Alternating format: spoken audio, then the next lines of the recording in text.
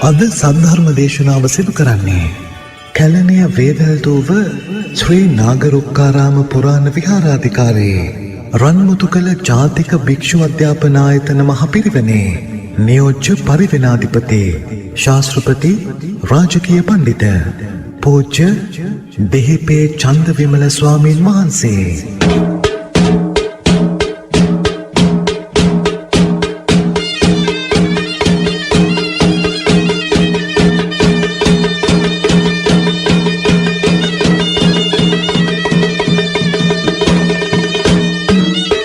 උතුම් බුදු ගුණ සිත දරාගෙන සදා බුදු හිමි සරණ යන්නෙමි.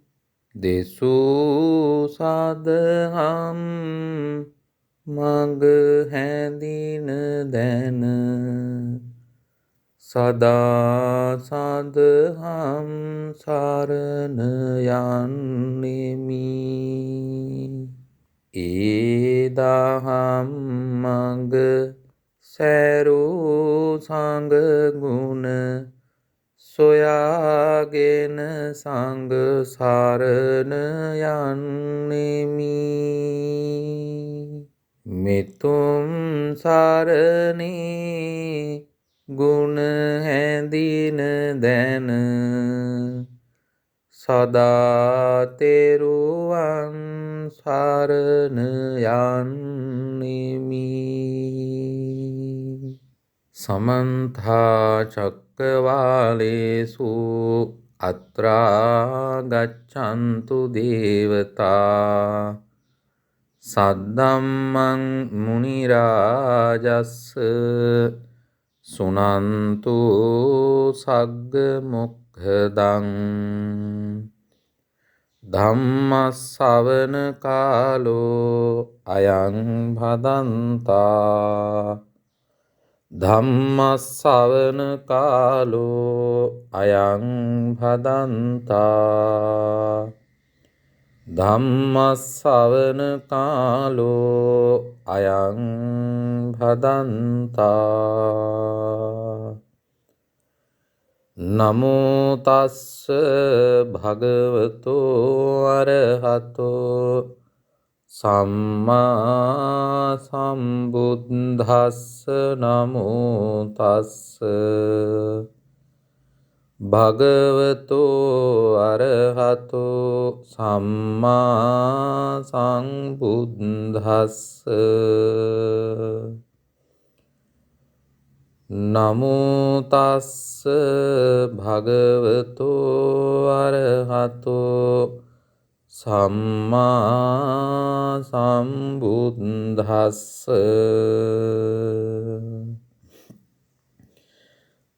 පංචමේ ආවුසෝ ආඝාත පටිවිනයා යත්ථ භික්ඛුනෝ uppannෝ ආඝාතෝ සම්බසෝ පටිවිනේ තබ්බෝති. වන්දනීය පූජනීය මහා සංඝරුවනින් අවසරයි. සදහැවත් වාසනාවන්ත කාරුණික පින්වත්නි, VFM ගුවන්විදුලිය ඔස්සේ සුපුරුදු පරිදි සද්ධර්ම දේශනාව ශ්‍රවණය කරන්නටයි සූදානම් වෙන්නේ.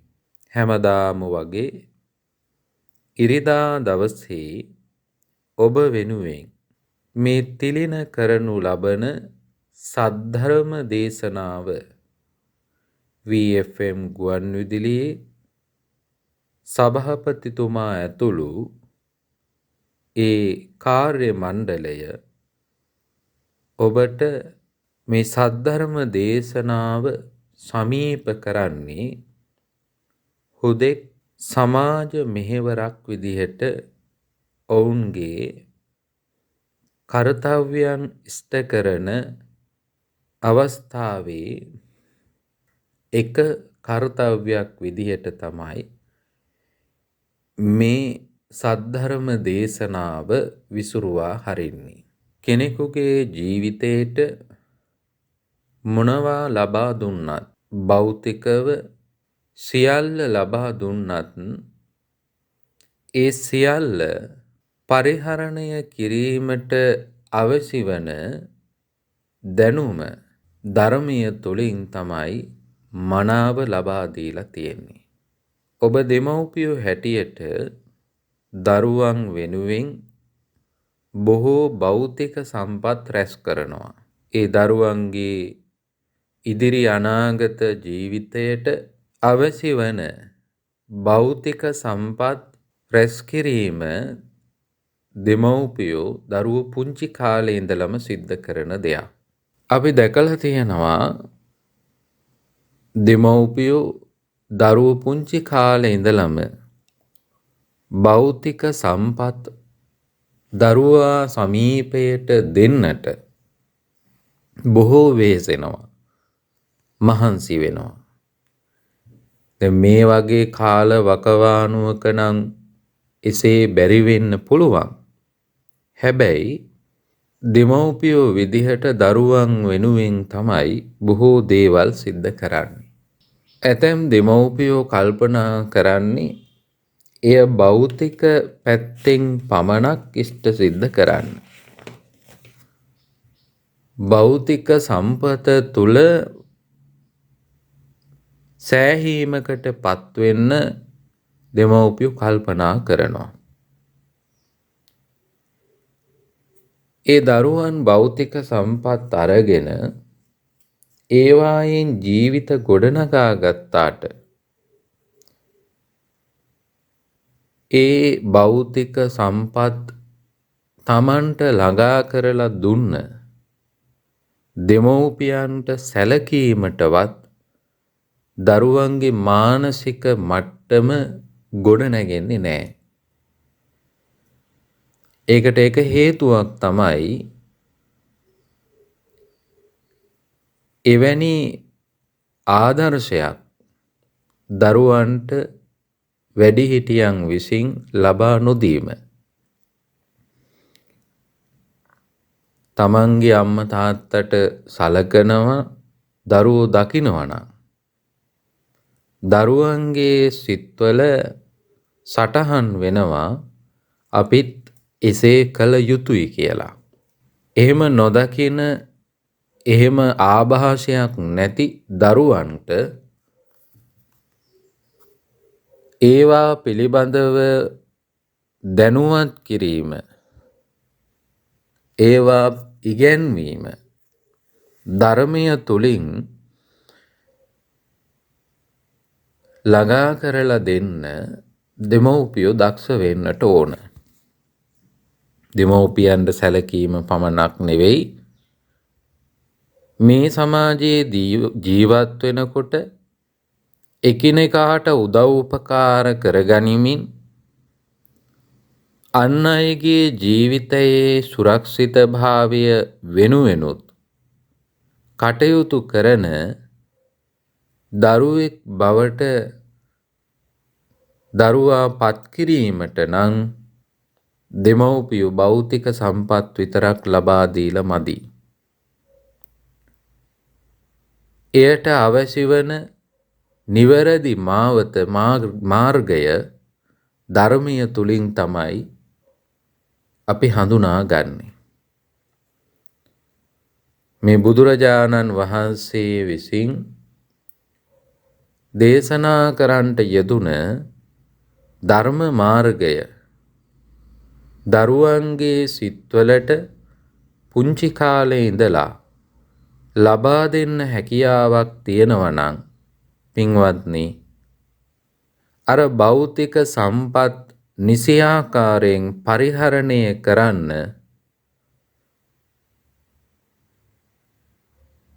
ඒ මානසික මට්ටම ගොඩනගා ගන්න ධර්මයේම තමයි අපිට මාර්ගය පැහැදිලි කරන්නේ. ඒ නිසා අද වගේ කාලයක ඇති හැකි අයට නැති අපහසු අයට උදව් කරන්න මනස නිර්මාණය වෙන්නේ ඔවුන් විසින් ගොඩනගාගත්ත මේ ධර්මය තුලම පමණයි. ලෝකයේ ආත්මාර්ථය ආත්මාර්ථකාමීත්වය වැඩි වෙමින් පවතින කාලයක පරාර්ථකාමී සිතුවිලි දරන්න බොහෝ දෙනෙකුට හැකියාවක් ලැබෙන්නේ නැහැ. වාසනාවකට වගේ ශ්‍රී ලංකාව තුල තවමත් එවැනි උදාර ගුණාංගයන් අපි දකිනවා ඕනෑම ව්‍යසනයක් හමුවේ. ගම් වතුරක් ආවත් නාය යෑමක් සිද්ධ වුණත් මුහුද ගොඩ ගැලුවත් මිනිස්සුන්ගේ කරුණාව උද්දීපනය වෙලා ඒ තුල උදව් උපකාර කරන්න පෙළඹෙන ස්වභාවය අපට මනාව පැහැදිලි වෙනවා. මේ වර්තමානය තුලත් ඉන්ධන ලබා ගැනීම සඳහා පෝලිමේ ඉන්න ජනතාවට ඔවුන්ගේ වේදනාව අපහසුව අවබෝධ කරගෙන ඒ තුල කරුණාව උපදවාගෙන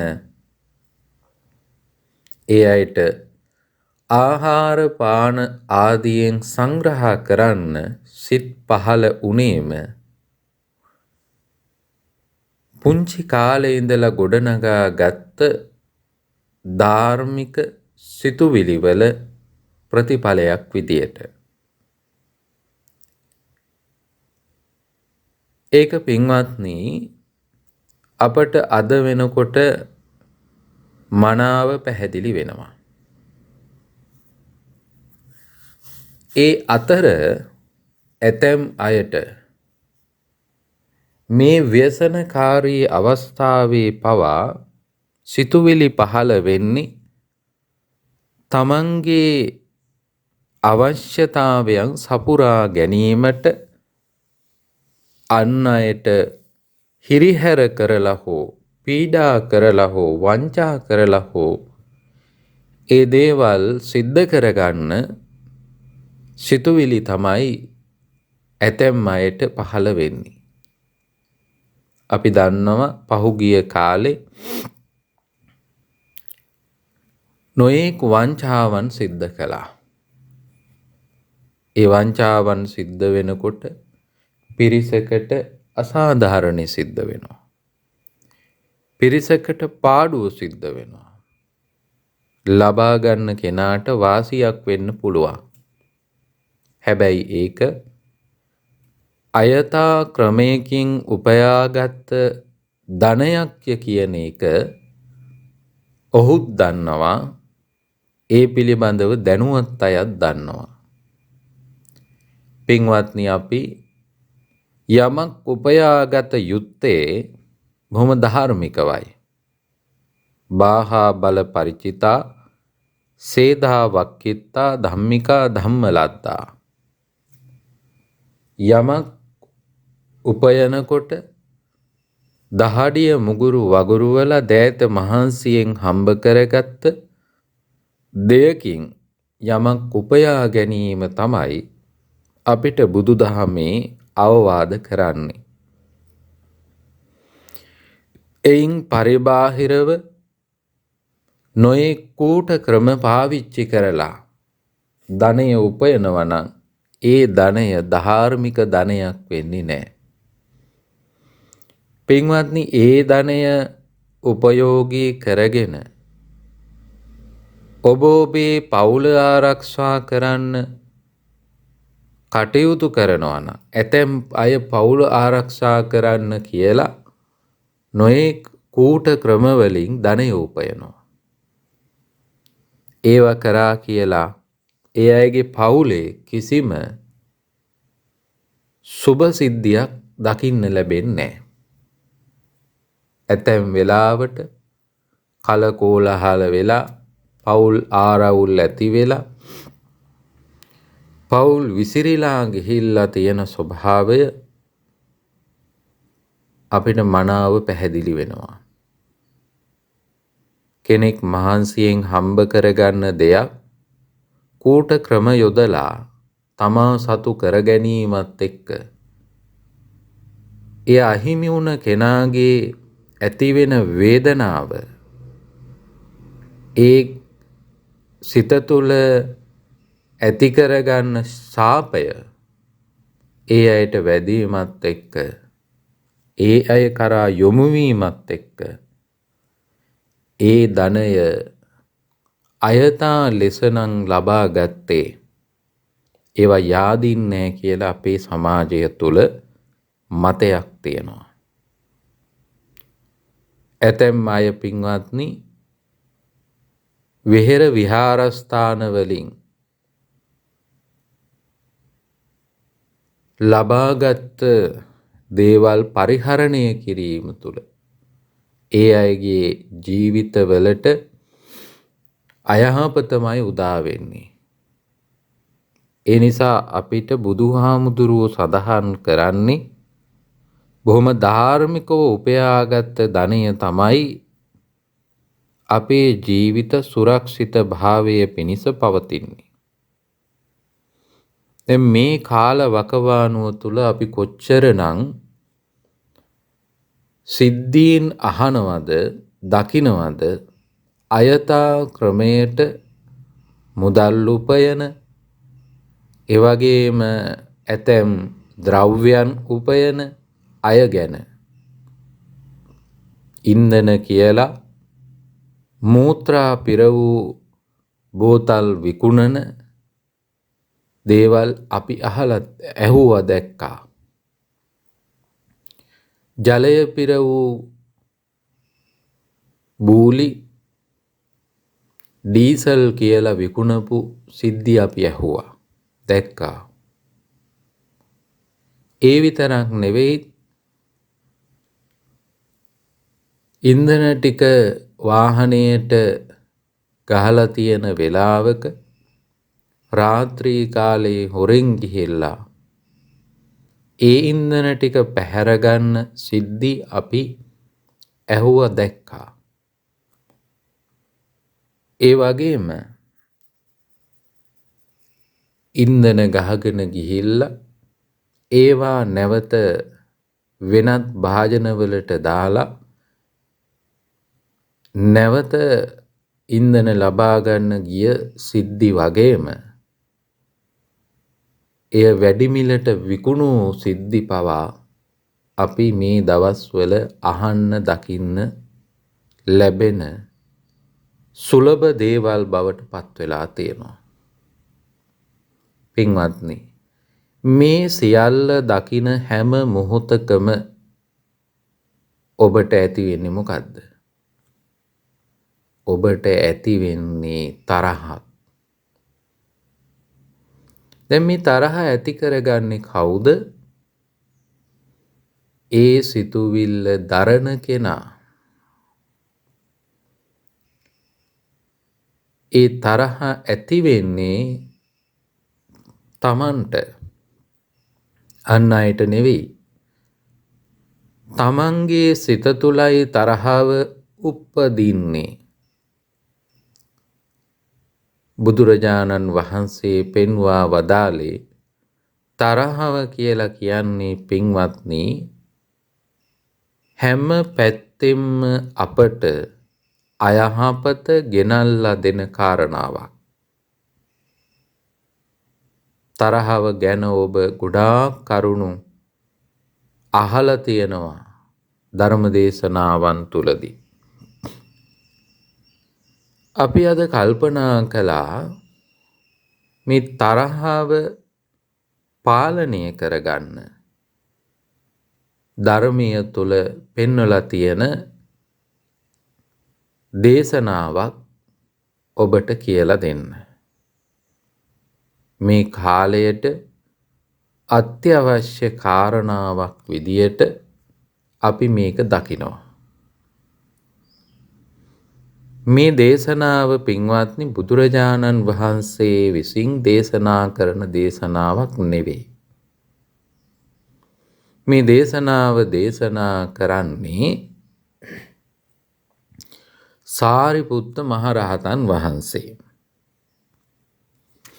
සාරිපුත්ත මහරහතන් වහන්සේ භික්ෂූන් වහන්සේලාට දේශනා කරන දේශනාවක් තමයි අද අපි ඔබට කියලා දෙන්න බලාපොරොත්තු වෙන්නේ. මේ දේශනාවේදී කරුණු 5ක් ඔස්සේ තරහව පාලනය කරගන්න අපිට උගන්වනවා. මේ දේශනාව සඳහන් වෙන්නේ අංගුත්තර නිකායේ පංචක නිපාතයේ ආඝාත වර්ගයේ. මේ දේශනාව ဒုတိယ ආඝාත පටිවිනය සූත්‍රය. පඨම ආඝාත පටිවිනය සූත්‍රයකුත් තියෙන බව ඔබ සිහිපත් කරගන්න. ත්‍රිපිටකයේ දේශනාවන් අන්තර්ගත කරලා තියෙන ආකාරය අනුව සමාන සූත්‍ර දේශනාවන් තියෙන අවස්ථාවන් වලදී එය පඨම, ဒုတိ ය, තෘතිය ආදී වශයෙන් නම් කරලා තියෙනවා. මේ දේශනාව දෙවෙනි සූත්‍ර දේශනාවක්. ආඝාත කියලා කියන්නේ තරහව. පටිවිනය කියලා කියන්නේ පාලනය කරගන්නවා. ආඝාත පටිවිනය සූත්‍රයේදී බුදුරජාණන් වහන්සේගෙන් ඉගෙනගත් දහම් කාරණාවන් උපයෝගී කරගෙන සාරිපුත්ත මහරහතන් වහන්සේ විසින් දේශනා කරන දේශනාවක්. පංචමේ ආවසෝ ආඝාත පටිවිනයා යත්ත භික්ඛුනෝ uppannෝ ආඝාතෝ සබ්බසෝ පටිවිනේතබ්බෝ. එවත්නි යම් අරමුණකට භික්ෂුවට ආඝාතය නැත්නම් තරහව උපදින්නේ නම් ඒ උපදින ආඝාතය තරහව සම්පූර්ණයෙන් දුරු කිරීම සඳහා හේතු වෙන කාරණාවන් 5ක් තිබෙනවා. ඒ කාරණාවන් 5 තමයි මේ කියලා සාරිපුත්ත මහරහතන් වහන්සේ මේ දේශනාවේදී සඳහන් කරනවා. පින්වත්නි, අපේ සමාජය තුළ අපි සියලු දෙනාටම තරහව උපදිනවා. සමාජය තුළ විතරක් නෙවෙයි, ඇතැම් වෙලාවට ස්වභාව සම්පත් ඔස්සේද තරහව උපදිනවා. පින්වත්නි, තරහා කියලා කියන්නේ අකුසලයක්, අකුසල චෛතසිකයක්, අකුසල මූලයක්. ද්වේෂ කියලා හඳුන්වන්නෙත් මේකමයි.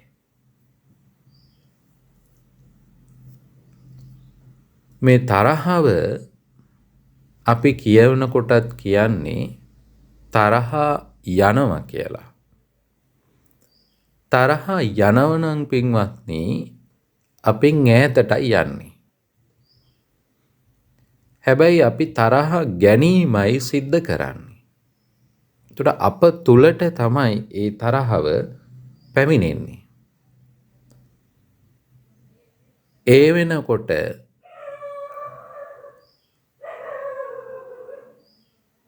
ඒ තරහාව හේතු කොටගෙන එහි විපාකය සිද්ධ වෙන්නේ තමන්ටමයි.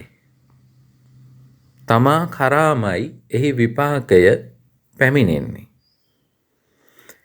එයින් වෙන අවැඩ සිද්ධ වෙන්නේ තමන්ටම බව අපිට ඒ වෙලාව තුලදි පැහැදිලි වෙන්නේ නැහැ. නමුත් එය සිද්ධ වෙන්නේ තමන්ටමයි. ඒ නිසා බුදුරජාණන් වහන්සේගේ ධර්මීය පුරාවටම පෙන්වන කාරණාවක් තමයි තමාගේ පිරිසුදු භාවය. ඒ පිරිසුදු භාවය සිද්ධ වෙන්න ඕන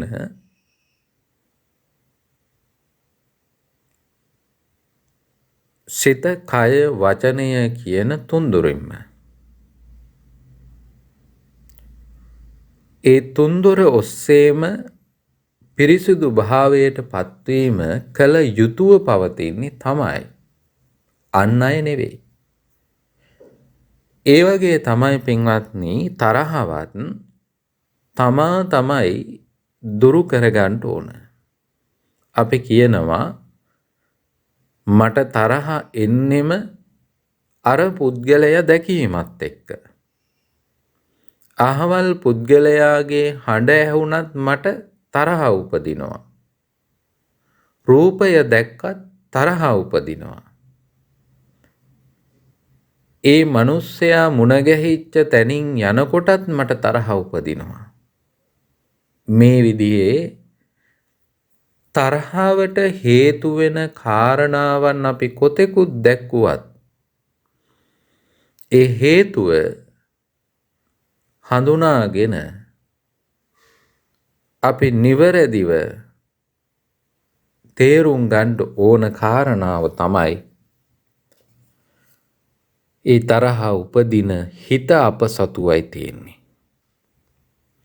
ඒ හිතයි අපි පාලනය කරගන්න ඕන. ඕනෑම කාර්ය සාර්ථක කරගන්න නම් අපි අපේ පැත්තෙනුයි ඒ සාර්ථකත්වය බලාපොරොත්තු වෙන්න ඕනේ, අන් අයගෙන් නෙවෙයි. ඒ වගේ තමයි පින්වත්නි තරහත් අපි පාලනය කරගත්තොත් අපටයි ප්‍රතිඵලය ලැබෙන්නේ. සාරිපුත්ත මහරහතන් වහන්සේ මේ දේශනාවේදී සඳහන් කරනවා, මහණෙනි, ආයුෂ්මතුනි, ඇතැම් පුද්ගලයන් ඉන්නවා පිරිසිදු කාය සමාචාරය ඇතිව කටයුතු කරනවා. ඒ අයගේ කාය සමාචාරය පිරිසිදුයි. හැබැයි වාග් සමාචාරය අපිරිසිදුයි. එතකොට පින්වත්නි අපිට මෙහෙම පුද්ගලයෝ මේ සමාජය තුල ඕනෑ තරම් මුණ ගැහිලා තියෙනවා. කාය සමාචාරය හොඳයි. ඒ කියන්නේ එයාගේ ක්‍රියාව හොඳයි. හැබැයි වචනය නම් හොඳ නෑ. ඔය මිනිස්සයා මොන දේ කළත් හොඳයි. හැබැයි කට ඇරියොත් නම් කියන්නෙම බොරු. කියන්නෙම පරුස වචන. කියන්නෙම කේලම්. ඒ විදියට වාග් සමාචාරය අපිරිසිදුයි. හැබැයි කාය සමාචාරය පිරිසිදුයි. එහෙම පුද්ගලයෝ ලෝකේ ඉන්නවා. එහෙම අය ඔබට මුණ ගැහිලා තියෙනවා. ඉදිරියේදීත් ඔබට මුණ ගැහෙන්න පුළුවන්. පින්වත්නි, එවැනි අයගේ එම ක්‍රියාවත් එක්ක අපට ඇති වෙන්නේ මොකද්ද? අපට ඇති වෙන්නේ තරහක්. සාරිපුත්ත මහරහතන් වහන්සේ සඳහන් කරනවා, එවැනි අයත් එක්ක කටයුතු කරන්න සිද්ධ වෙනකොට අපි කොහොමද කටයුතු කරන්නේ? එයාගේ එක පැත්තක් දිහා බලලා එයාගේ අයහපත් පැත්ත දිහා බලලා අපිත් ඒ කෙරෙහිම තරහ ඇති කරගන්නව නම් ඒක කළ යුතු නැහැ.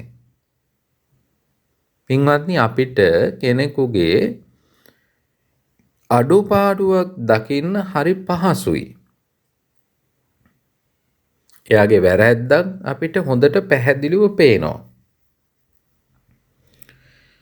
හැබැයි එයාගේ හොඳක් දකින්න හරිම අපහසුයි. එහෙම අය අපිට මුණ ගැහිලා තියෙනවා. එවැනි අය කරන කොටගෙන අපි අපේ සිතට තරහක් ඇති කරගන්න එක තමයි ලේසියෙන්ම කරන දේ. තරහව කියන එක පින්වත්නි අපහසුවෙන්ම සිද්ධ වෙන දෙයක්. ඔබ දන්නවා සමහරක් වෙලාවට හුලඟත් එක්ක ඔබට තරහ යනවා. හුලඟත් එක්ක, වැස්සත් එක්ක, අවුවත් එක්ක මේ සියල්ල ස්වභාවික සංසිද්ධීන්. මේවත් එක්ක අපි තරහ වුණයි කියලා, ගැටුණයි කියලා අපට ඒවායේ තිබෙන ක්‍රියාකාරීත්වය වෙනස් කරන්න පුළුවන්ද? වෙනස් කරන්න බෑ. වෙනස් කරන්න බැරි වෙච්ච තැන මොකද කරන්නේ? අපි තරහ ඇති කරගන්නවා. ඒක පින්වත්නි අපිට හරි පහසුයි තරහ ඇති කරගන්න එක. තරහ පාලනය කරගන්න එක හරිම අපහසුයි. තරහ පාලනය කරගන්න නම් අපි අමාරුවෙන් ඒ දිහාවේ අවධානය යොමු කරන්න ඕන. පින්වත්නි, ධර්මයේ පෙන්වන්නේ මේක හරියට පාංශු කූලික චීවරයක් සකසා ගන්නවා වගේ අමාරුයි. පාංශු කූල චීවරය සකසා ගන්නේ කොහොමද? මිනි ඔතලා දාලා තිබුණු රෙදි කඩ. ඒවායින් රෙදි කඩ කිහිපයක් ගොඩක් එකතු කරලා මහලා තමයි පාංශු කූලික චීවරය හදාගන්නේ. අද නම් එහෙම නැහැ. කඩේට ගියා, සිවුරක් ගත්තා, පූජා කළා. ඔබට එසේ පහසුවෙන් කරන්න පුළුවන්කම තියෙනවා. අතීතයේ එහෙම නැහැ. භික්ෂුන් වහන්සේලා පාංශු කූලික චීවරය සකසා ගන්නේ මිනි ඔතලා දාලා තියෙන රෙදි කඩවල් එකතු කරලා. පින්වත්නි, අද වගේ පෙට්ටිවල දාලා මිනි වලලන්නේ නැහැ, පුච්චන්නේ නැහැ. අමු සොහොන් තමයි දකින්න ලැබෙන්නේ. සොහොනට ගිහිල්ලා ඒවා අතහැරලා දාලා එනවා. ඒ මිනිය උතන රෙදි කඩක් තියෙනවා මිනියට ප්‍රමාණවත් පරිදි. ඒක පින්වත්නි අර මලසිරුරේ අපවිත්‍ර දේවල් ගෑවිලා තියෙනවා නම් ඒක පාවිච්චියට ගන්න බෑ. මලසිරුරේ අපවිත්‍ර දේවල් ගෑවිලා නැති කොටස් එකතු කරලා සෝදලා පවිත්‍ර කරලා තමයි මේ පාංශු කූලික චීවරය හදාගන්නේ. ඒක පින්වත්නි බොහොම අමාරු කාර්යයක්. අපවිත්‍ර දේවල් නොගෑවුන රෙදි කඩ ඉරලා අරගෙන ඒක මහලා ඒකෙන් රෙද්ද හදාගෙන ඒ රෙද්දෙන් තමයි සිවුර මහන්නේ. බලන්න එතකොට කොච්චර අමාරුද කියලා. අන්න ඒ වගේ පාංශු කූලික චීවරයක් හදාගන්නවා වගේ අපහසුවෙන් හරි කෙනෙකුගේ හොඳ දෙයක් දකින්න ඕන. අර නරක දේවල් දැකීම තුළ නරකම දැකීමත් එක්ක අපිට තරහ ඇති වුණාට එයා තුළ පින්වත්නි හොඳ දෙයක් හඳුනා ගැනීමත් එක්ක අපට ඒ තරහ පාලනය කරගන්න පුළුවන්කම තියෙනවා.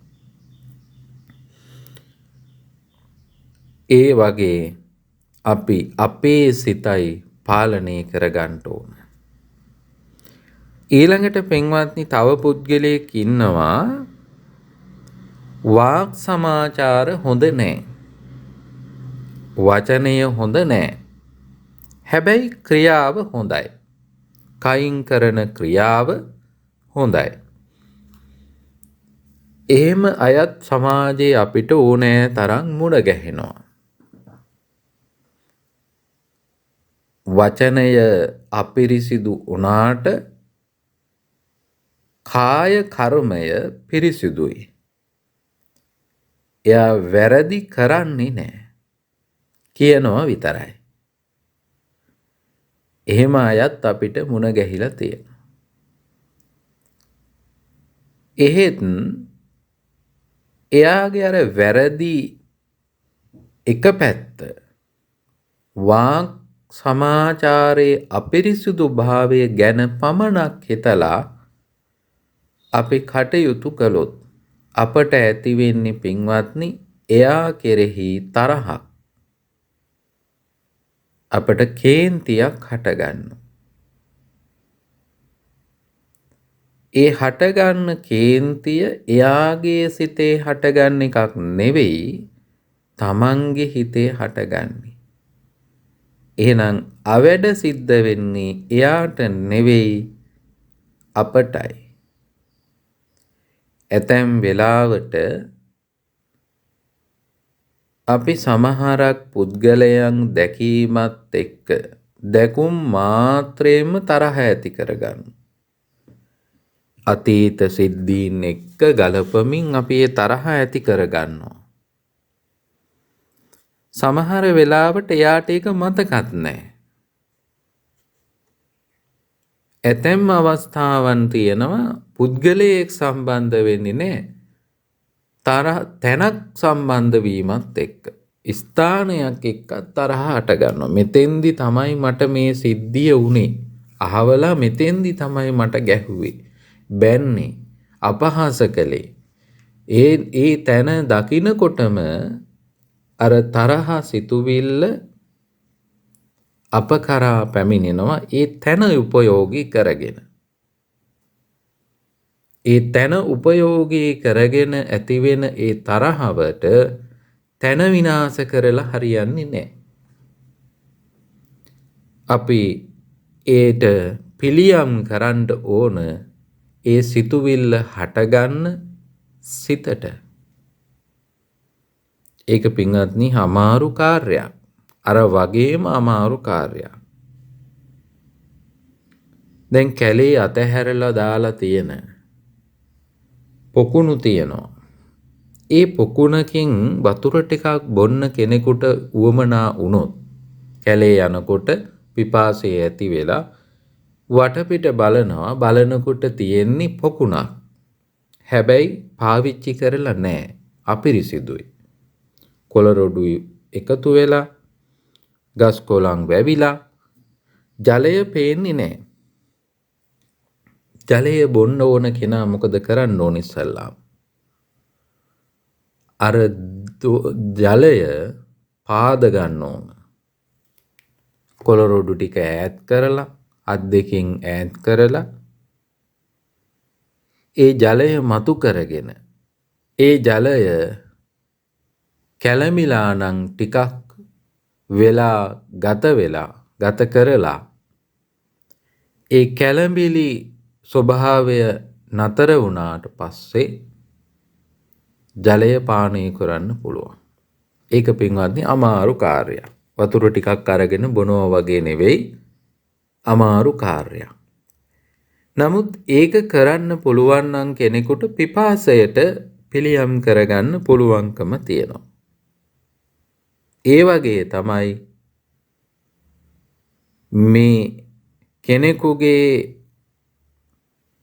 වාක් සමාචාරය හොඳ නැතුව කාය සමාචාරය යහපත් වෙනවා නම් ඒ යහපත් වෙන කාය සමාචාරය මතු කරගෙන අපිට අපේ සිතේ ඇතිවෙන තරහව පාලනය කරගන්න පුළුවන්කම තියෙනවා. ඔන්න දැන් ක්‍රම දෙකක් අපි ඉගැන්නුවා. එකක් කාය සමාචාරය හොඳ නැති වාග් සමාචාරය හොඳ නම් ඒ වාග් සමාචාරය මතු කරගෙන ඒ තුල අපි තරහව පාලනය කරගන්නවා. අනිත් එක තමයි වාග් සමාචාරය හොඳ නැති කාය සමාචාරය හොඳ අයගේ කාය සමාචාරය තුලින් අපට උපදින තරහව පාලනය කරනවා. දැන් පින්වත්නි ඇතැම් අය ඉන්නවා ඔය දෙකම නැති. ඒ කියන්නේ කාය සමාචාරයත් අපිරිසුදුයි වාග් සමාචාරයත් අපිරිසුදුයි. කාය සමාචාරයේ පිරිසුදු බවක් නැහැ වාග් සමාචාරයේ පිරිසුදු බවකුත් නැහැ. එහෙම අයත් අපිට මුණ ගැහෙනවද නැද්ද? අපිට මුණ ගැහෙනවා. එතකොට අපි මොකද කරන්නේ? එතකොට අපි කරන්නේ එයාව අතහරින එකද? අතහැරියත් පින්වත්නි අපිට තරහ නවතින්නේ නැහැ. දැන් ඔබ සමහරක් වෙලාවට ඇතැම් පුද්ගලයන් ප්‍රතික්ෂේප කරනවා. අපෝ ඔය මිනිස්සයා නම් මම ආශ්‍රය කරන්නවත් කැමති නැහැ. මම ඔය මිනිස්සයාව දකින්නවත් කැමති නැහැ. මම නම් ඔය මිනිස්සයා යන පාරකවත් යන්නේ නැහැ. පින්වත්නි බලන්න ඒ සිතුවිලි දරන හැම අවස්ථාවකම මොකක්ද ඇති වෙන්නේ? තරහවක්. වෛරයක්. එතකොට අපි අතහැරලාද? අපි අතහැරලත් නැහැ. එයා තරහෙන් අල්ලගෙන ඉන්නවා. ඒ ඔස්සේ අපිට තරහ උපදිනවා. එහෙනම් අපි මොකද්ද කරන්න ඕනේ? තවත් ටිකක් වෙහෙසෙන්න ඕන. මොකටද? එයා කෙරෙහි තරහ පාලනය කරගන්න. මේකෙදි තමන්ගේ පැත්තෙන් තමයි සියල්ල කරන්න තියෙන්නේ. දැන් අපි හිතමු සමහරක් පුද්ගලයන් ඉන්නවා ඒ අයගේ කිසිම කාය සමාචාරයත් හොඳ නැහැ වාචික සමාචාරයත් හොඳ නැහැ. කාය සමාචාරයත් අපිරිසුදුයි වාචික සමාචාරයත් අපිරිසුදුයි. එහෙම පුද්ගලයෝ අපිට මුණ ගැහෙනවා. එවැනි අය මුණ ගැහුණට පස්සේ අපිට ඒ අය ප්‍රතික්ෂේප කරන්න බෑ. ප්‍රතික්ෂේප වෙන්නෙත් නැහැ.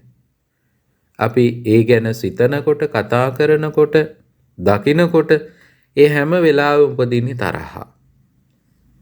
එහෙනම් අපිට උගන්වනවා ක්‍රමයක් තවත් මහන්සි වෙන්න.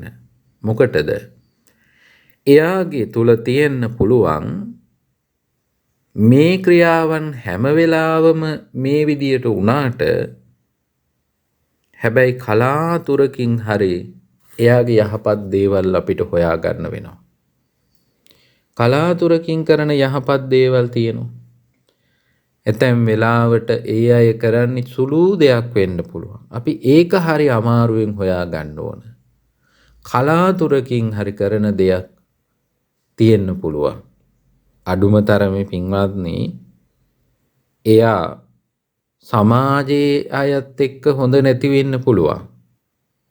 හැබැයි එයා තමන්ගේ පවුලේ අයත් එක්ක සමගියෙන් ජීවත් වෙනවා නම් හොඳින් ජීවත් වෙනවා නම් බිරිඳට දරුවන්ට ස්වාමියාට හොඳට සලකලා ජීවත් වෙන අය ඉන්නවනම් ඒකත් හොඳයිනේ. ඒ ගැන කල්පනා කරන්න ඕන. මේ මිනිස්යාගේ කාය සමාචාර වචී සමාචාරය හොඳ නැහැ. හැබැයි කලාතුරකින් හරි මේ දේවල් තියෙනවා. අපි හිතමු අවුරුද්දකට සැරයක් හරි පන්සලට යනවනම් අවුරුද්දකට සැරයක් හරි උපන්දිනේ නිමිති කරගෙන දානයක් දෙනවනම් අවුරුදු කිහිපයකට සැරයක් හරි යහපත් දෙයක් කරනවනම් අන්න ඒ දේ ගැන කල්පනා කරලා අපිට තරහව පාලනය කරගන්න පුළුවන්. කලාතුරකින් කරන දේවල් තියෙනවා. පින්වත්නි දැන් වතුර අපිට හැම තැනම තියෙනවා. මහමූදේ තියෙනවා, ගංගාවල තියෙනවා, ලිඳේ තියෙනවා, ගෙදර ටැප් එකෙන් එනවා. ඒ නිසා අපිට මේ ගැන විශේෂත්වයක් නැහැ. තව වතුර කොහේ හරි තිබුණත් ඒත් වතුර ඒ වගේම අපිට දැනෙන්නේ. හැබැයි පින්වත්නි, මේ මහා මුහුදේ ජලය හිඳිලා යන තරමට නියගයක් ආවොත්, එතන මහා මුහුදේ ජලය හිඳිලා යනකොට අනිත් තැන්වල ජලය හිඳෙන එක අහන්න දෙයක් නෙවෙයි. ඒ වගේ අවස්ථාවක පුංචි ජල ප්‍රමාණයක් කොහේ හරි ඉතුරු වෙලා තියෙනවා නම්, ඒ ඉතුරු වෙලා තියෙන ප්‍රමාණය තමයි පින්වත්නි වටින්නේ. දැන් මහා නියගයක් ඇවිල්ලා ජලය හිඳිලා ගිහිල්ලා තියෙනවා නම්, ඒත් ගොනෙක්ගේ කුරයක වැදිච්ච තැනක ඉතුරු වෙච්ච ජලය ටිකක් තියෙනවා නම්, වතුර ටිකක් තියෙනවා නම්, පින්වත්නි අර සියල්ලටම වඩා වටින්නේ මොකද්ද? අර ඉතුරු වෙලා තියෙන පුංචි වතුර ටික. ඒ ටික තමයි අපිට වටින්නේ. ඒ ටික ගන්න පින්වත්නි ලේසියනුත් බෑ. භාජනයකට පුරව ගන්න බෑ. වෙනත් මාර්ගයකින් අරගෙන භාජනයකට පුරව ගන්නත් බෑ. ඒක පාවිච්චියට ගන්නව නම් අපි බොහෝම අමාරුවෙන්, ඇතැම් වෙලාවට සත්තු ජලය පානය කරනවා වගේ එතෙන්ට පහත් වෙලා දිවෙන් තමයි ඒ ජලය ටික ගන්න සිද්ධ වෙන්නේ. එහෙම ගන්න සිද්ධ වුණොත් ඒක තමයි අමාරුම කාර්යය. හැබැයි ඒක තමයි ප්‍රයෝජනවත්ම වෙන්නේ. ඒ වගේ තමයි කෙනෙකුගේ කාය සමාචාර, වචී සමාචාර අපිරිසිදු වෙන්න පුළුවන්. හැබැයි කලාතුරකින් හරි ඒ අයගෙත් යහපත් දේවල් තියෙන්න පුළුවන්.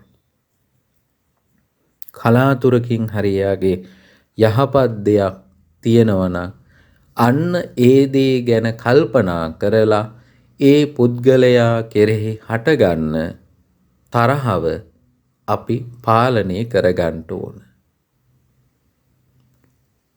පින්වත්නි, තුන්වෙනි පුද්ගලයාගේ ස්වභාවය ඕකයි. තුන්වෙනි අපි තරහව පාලනය කරගන්න හේතු වෙන තුන්වෙනි කාරණාවත් ඒකයි.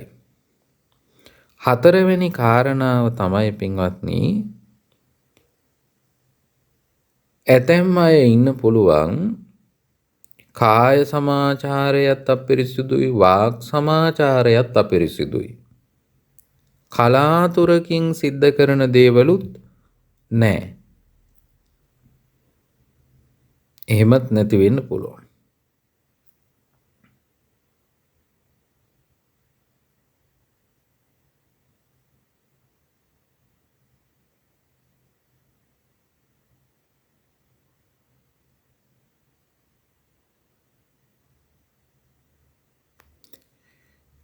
එවැනි අය කෙරෙහි අපි කොහොමද අපේ සිත පාලනය කරගන්නේ? එයාගේ කාය සමාචාරත් හොඳ නෑ, වචී සමාචාරත් හොඳ නෑ, කලාතුරකින්වත් එහෙම හොඳක් දකින්න නෑ. එහෙම අය ගැන පින්වත්නි අපි ඇති කරගන්න ඕන අනුකම්පාව. අනුකම්පාවයි ඇති කරගන්න ඕන. ඒ මොකද ඒ පුද්ගලයා කාය සමාචාරය නිවැරදි කරගන්න උත්සාහ කරන්නෙත් නැහැ, වචී සමාචාරය නිවැරදි කරගන්න උත්සාහ කරන්නෙත් නැහැ, කලාතුරකින්වත් හොඳක් කරගන්න උත්සාහයක් නැහැ. එහෙනම් පින්වත්නි අපිට කරන්න දෙයක්වත් නැහැ. ඒකේ ප්‍රතිඵලය යාට තියෙයි. අපි කුමක්ද කරන්න ඕන? එවැනි පුද්ගලයන් දිහා බලලා අපි තරහක් ඇති කරගන්න එක සුදුසුත් නෑ. එවැනි අය කෙරෙහි අපි අනුකම්පා කරන්න ඕන. එවැනි අය කෙරෙහි අපේ සිත පාලනය කරගන්න ඕනේ කොහොමද? බොහෝ ආබාධ තියෙන කෙනෙක්. බොහෝ ආබාධ ඇති කෙනෙක්. ඒ වගේම බඩගින්නක් තියෙන කෙනෙක්. කුසගිනි ඇති කෙනෙක්. දුබල වූ කෙනෙක් අපි දැක්කොත් එයාගේ හොඳ නරක හොයන්න යන්නේ නෑ වගේ. අපිට පේනවා එයා ආබාධ සහිතයි. කුසගින්නක් තියෙනවා. දුබලයි. ඒ වගේ තොරතුරුත් එක්ක අපි අපේ සිතට ඇති කරගන්නේ මොකද්ද? අනුකම්පාව. අනේ මේ මිනිස්සයා පව්. මේ මිනිස්සයාට උදව් කරන්න ඕන. එහෙම උදව් කරන්න යනකොට පින්වත්නි අපි ඒ මිනිස්සයාගේ කාය සමාචාරය බලන්නෙත් නැහැ, වචී සමාචාරය බලන්නෙත් නැහැ. එයා කලාතුරකින් හරි හොදක් කරලා තියනවද කියලා හොයන්න යන්නෙත් නැහැ. එයාගේ ආබාධිත බව, දුබල බව, කුසගින්න මේවත් එක්ක කරුණාව උපදවා ගන්නවා. ඒ කරුණාව උපදවාගෙන එයත් එක්ක කටයුතු කරනවා. එයාට යමක් ලබා දෙනවා නම් ඒක හොඳ හිතින් ලබා දෙනවා. එයා කෙරෙහි අපි තරහක් ඇති කරගන්න යන්නේ නැහැ. අන්න ඒ වගේ තමයි ඇතැම් පුද්ගලයන් දකින්නකොට අපි කල්පනා කරන්න ඕන අපිට කරුණාව පුරුදු කරන්න අවස්ථාවක්. අපිට තරහව පාලනය කරගන්න අවස්ථාවක්. අපිට යමක් දෙන්න අවස්ථාවක්. ඒ ගැන කල්පනා කරලා අපේ සිතේ හටගන්නා වූ තරහව පාලනය කරගන්න පුළුවන්කම තියෙනවා. පින්වත්නි, අපි ඇතැම් වෙලාවට සමාජයේ කටයුතු කරනකොට අපි කල්පනා කරන්න ඕන මට තරහ යන්නේ නැත්තේ ඇයි? තරහ යන්නේ නැත්තම් තරහ යන්නේ නැත්තේ ඇයි? තරහට හේතු වෙන කාරණාවක් නැති නිසා. තරහට හේතු වෙන කාරණාවන් උපදිනවා කියලා කියන්නේ මොකද්ද? මගේ ඉවසීම පුරුදු කරන්න තියෙන අවස්ථාවක්. මට ඉවසන්න තියෙන අවස්ථාවක්. ඉවසීමට අපිව යොමු කරන්නේ තරහා සිතුවිලි ඇතිවීමට බලපවත්වන හේතුන් නිසා. බුදුරජාණන් වහන්සේ පෙන්වනවා ආඝාත වත්තු කියලා දේශනාවක්. මේ ආඝාත වත්තු කියලා කියන්නේ තරහට හේතු වෙන වස්තුන්. තරහට හේතු වෙන වස්තුන් නොමැති අවස්ථාවක අපිට තරහ ඇති වෙන්නේ නැහැ. ඒ හේතුන් ඇති කරන යම් අවස්ථාවක් තියෙනවා නම් ඒ අවස්ථාව තුල අපි කල්පනා කරන්න ඕන අපිට ඉවසීම පුරුදු කරන්න කදිම අවස්ථාවක් මේ තුලින් ලැබෙනවා කියලා. එහෙම හිතන්න පුළුවන්කම තියෙන්නේ නිර්වුල් මනසක් තියෙන අවස්ථාවක. සිහියෙන් කටයුතු කරන අවස්ථාවක. තරහ ගිය වෙලාවට සිහි කල්පනාවක් නැති වෙනවා ඔබ දන්නවා. ඒ වෙලාවට කරන්න කියන්නේ මොනවද කියලා දන්නේ නැහැ. පින්වත්නි, ඇතැම් අය කරන කියන දේවල් එක්ක පසුවට තමයි පසුතැවිලි වෙන්නේ. කොහෙත්ම සිතකට තරහවක් උපදවා ගැනීමට කිසිම අවස්ථාවක් සාධාරණීකරණය කරන්න යන්න එපා. ඔබත් ඇතැම් වෙලාවට එහෙම කරන කෙනෙක් වෙන්න පුළුවන්. ඒක සාධාරණීකරණය කරනවා. මේ මිනිස්සයා දකින්න නැතුව හිටියනම් මට තරහ එන්නේ නැහෙනේ. එහෙම කියන්න බෑ. ඒ මිනිස්සයා දකින හැම වෙලාවෙම අපිට පුළුවන් නම් තරහ පාලනය කරගන්න. ඒකෙදි පින්වත්නි ඔබ ඒ මිනිස්සයාටයි උදව් කරන්න ඕනේ. මොකටද? ඔබේ හිත පාලනය කරගන්න එයා ශක්තියක් වුණා.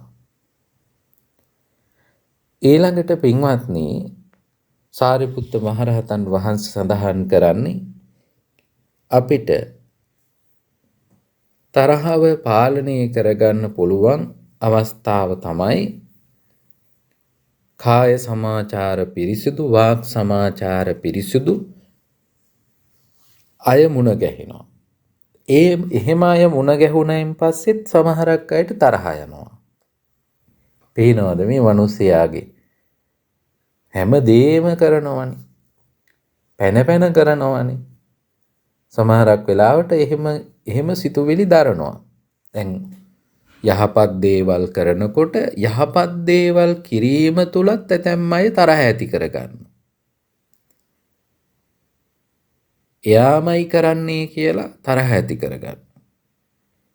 වැරදි කරනවා නෙවෙයි, යහපත් දේවල් කිරීමත් එක්ක යහපත් දේවල් කතා කරන එක ඇතැම් අයට තරහට හේතු වෙන්න පුළුවන්. අපි කල්පනා කරන්න ඕනේ මොකද්ද? පිරිසිදු ජලයක් තියෙනවා නම්, ඒක බොහොම පවිත්‍ර නම්, පරිසරයත් පිරිසිදු නම්, පරිසරයත් බොහොම සෞම්‍ය නම්, ඒවායින් ප්‍රයෝජන ලබා ගැනීම තමයි අපි කරන්න ඕන. ඒ කෙරෙහි තරහ ඇති කරගන්න එක නෙවෙයි, ප්‍රයෝජනීය ලබන්න ඕන. හොඳ පුද්ගලයන් මුණ ගැහුණාම, හොඳ වචන කතා කරන මිනිස්සු මුණ ගැහුණාම, ඒ මිනිසුන්ගේ ඇසුර නිසුර ලබලා අපේ ජීවිත නිවැරදි කරගන්න එක තමයි කරන්න ඕනේ. ඇතැම් අයට හොඳ දේවල් කිව්වත් වැරදි. ඒ ඔය දේශපාලනික ලෝකය තුල විපක්ෂය කියලා කියනකොට සමහරක් වෙලාවට හිතන්නේ විරුද්ධ වීමම විපක්ෂය කියලා.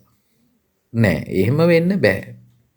යහපත් දේවල් තුලත් අපි එකග කරගන්න ඕනේ අපේ හිත.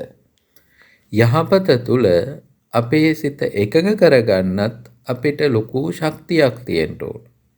පින්වත්නි, මේ විදියට සාරිපුත්ත මහරහතන් වහන්සේ කාරණා පහකදී අපේ සිතට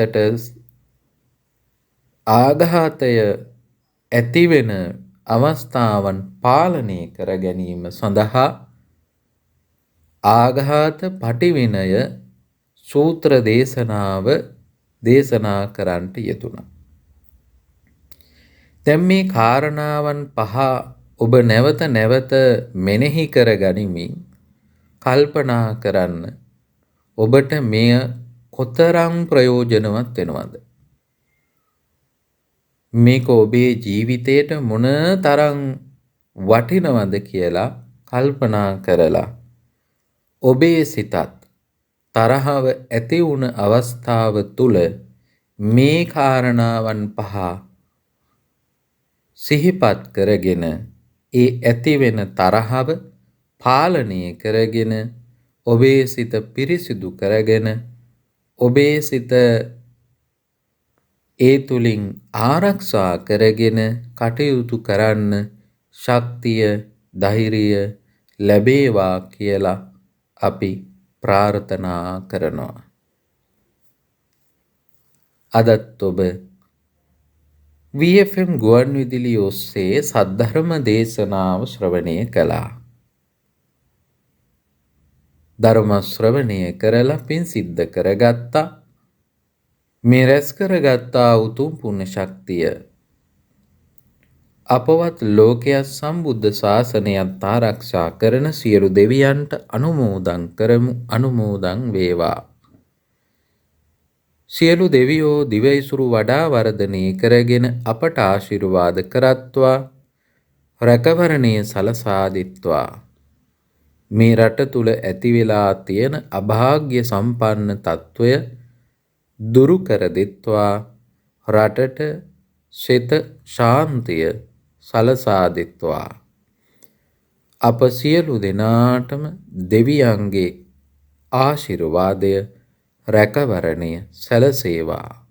දෙවියෝ නිවනින් සැනසෙත්වා කියලා ප්‍රාර්ථනා කරමු.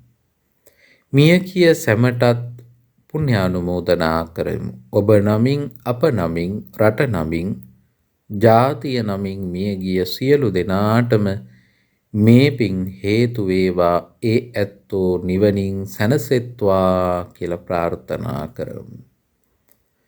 ධර්ම ශ්‍රවණය කළ ඔබටත් VFM කාර්ය මණ්ඩලයේ සියලු දෙනාටමත් ලක්වැසි ලෝවැසි සියලු දෙනාටමත් මෙලව සැනසිල්ල වේවා, පරලොව සැනසිල්ල වේවා, දෙලොව සැනසිල්ල කෙලවර උතුම් නිවන් සැනසිල්ලම ලැබේවා ලැබේවා ලැබේවා කියලා ප්‍රාර්ථනා කරමු. ආකාසට්ඨා ච බුම්මට්ඨා දේවානාගා මහිත්‍තිකා පුඤ්ඤන්තං අනුමෝදිත්වා චිරං රක්ඛන්තු ලෝක සාසනං චිරං රක්ඛන්තු දේශනං චිරං රක්ඛන්තු ත්වං සදා. අදත් අපි අපගේ දෙමව්පියන්ට මේ පින් අනුමෝදන් කරමු. අනුමෝදන් වේවා. දස මස මා කුසේ දරා බිහි කල මගේ අම්මේ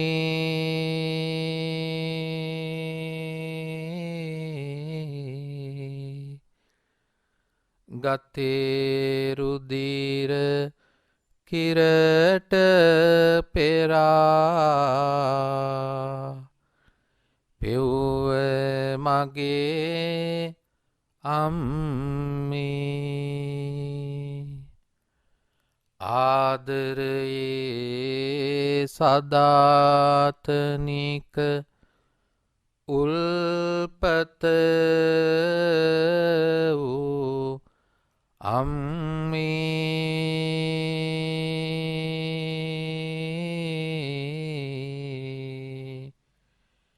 මේ පින්ගෙන කෙලෙස් නිවා සැනසේවා අම්මේ.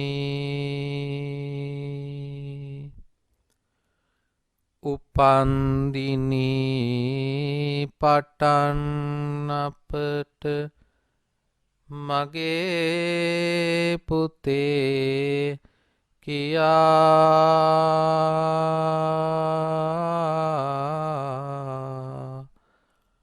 ආදරයෙන් කරුණාවෙන්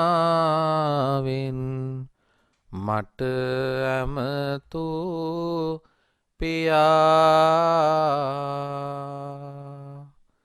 සිහි කරනවා පපුවේ තියෙන උතුම් ගුණය දයා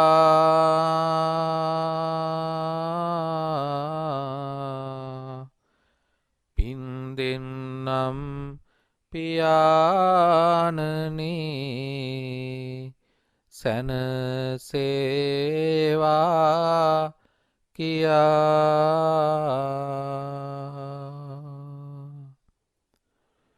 දුකින් පෙළෙන සත් දුකින් මිදෙත්වා බියෙන් පෙළෙන සත් බිය නැති වෙත්වා සොයින් තැවෙන සත් සොම්නස් වෙත්වා නිතින් මේ හැම සත් සුවපත් වෙත්වා